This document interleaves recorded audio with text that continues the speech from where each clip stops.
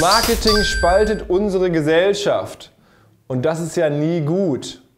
Was meinen wir damit? Schon eine ganze Weile ist es so, dass die spannendsten Plattformen Spotify und andere ihren Paid-Nutzern keine Werbung zeigen. Der ganze Rest muss Werbung gucken. Hier das dazu passende Standardargument von Scott, unserem Keynote-Speaker im März. As brand building gets harder and harder pre-broadcast because wealthy young people opt out of the advertising industrial complex, advertising has become a tax that the poor and the technologically illiterate pay. Das ganze Thema geht jetzt im mobilen Bereich weiter. Nicht mehr nur, dass Leute mit weniger verfügbarem Geld Werbung gucken müssen. Nein, sie bekommen jetzt auch bestimmte Leistungen, wenn sie denn Werbung gucken. Es gibt Apps wie Goldesel oder Lovoo, Vermarkter wie Wangle, AdColony, AppLike, Tapjoy und ein paar andere, die halt Leuten, die sagen, okay, ich bin bereit, Werbung zu gucken, dafür Rewards geben. Das Thema heißt jetzt Reward-Based Advertising und ist eine eigene Sparte im mobilen Bereich.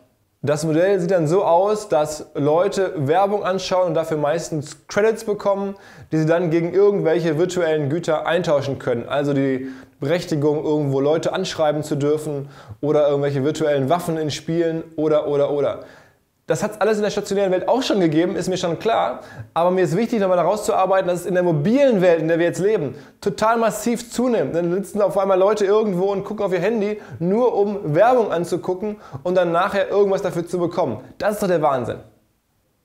Das Schlimme ist, dass vielen Leuten ihre Lebenszeit scheinbar gar nicht mehr besonders viel wert ist.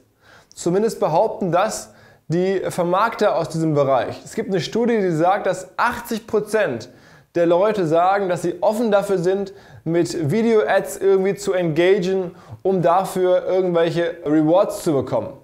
Wir selber haben über die nächste Entwicklungsstufe, die nächste Eskalationsstufe eigentlich bereits berichtet. Zum Beispiel die Firma Vilect aus Düsseldorf, die arbeiten dort mit der S-Bahn zusammen und wenn man irgendwie lange genug Werbung guckt, bekommt man S-Bahn-Tickets umsonst. Und ist das Rad einmal richtig in Bewegung, geht es immer weiter. Neuester Auswuchs Lively, der Videostreaming-Ableger von Musical.ly, gerade extrem gehypt, insbesondere unter Kindern und Teenies. Die machen jetzt Folgendes, und zwar kann man seinen Stars, Leuten, denen man auf dieser Plattform folgt, Geschenke machen, wenn man Werbung anschaut. Die Erlöse aus den Umsätzen teilen sich dann die Plattform Lively und die jeweiligen Stars und man hört so, dass die Stars damit schon so 5-stellige Umsätze im Monat machen. Warum machen Firmen sowas jetzt? Klar, sie wollen Viewability sicherstellen, sie wollen das Adblocker-Thema irgendwie umgehen und viele junge Zielgruppen sind angeblich ohne Reward-Based Advertising kaum noch erreichbar. Was lernen wir daraus? Oder glauben wir an Reward-Based Advertising? Bedingt.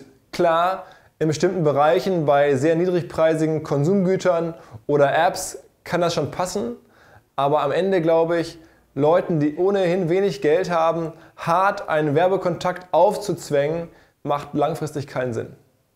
Ich glaube, es ist eigentlich besser, Leute dann mit Werbung zu erreichen, wenn sie ohnehin gerade mit einer Aktivität fertig geworden sind und Zeit haben für Werbung. Nicht umsonst war die Logout-Seite von GMX lange eine der teuersten Werbeflächen im deutschen Internet.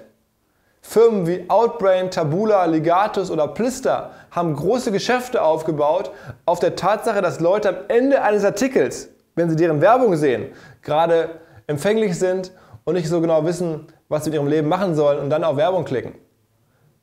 In diesem Sinne, das Video ist jetzt zu Ende. Falls ihr euch fragt, was ihr tun sollt, abonniert uns, schaut unsere anderen Videos. Dankeschön. Ciao.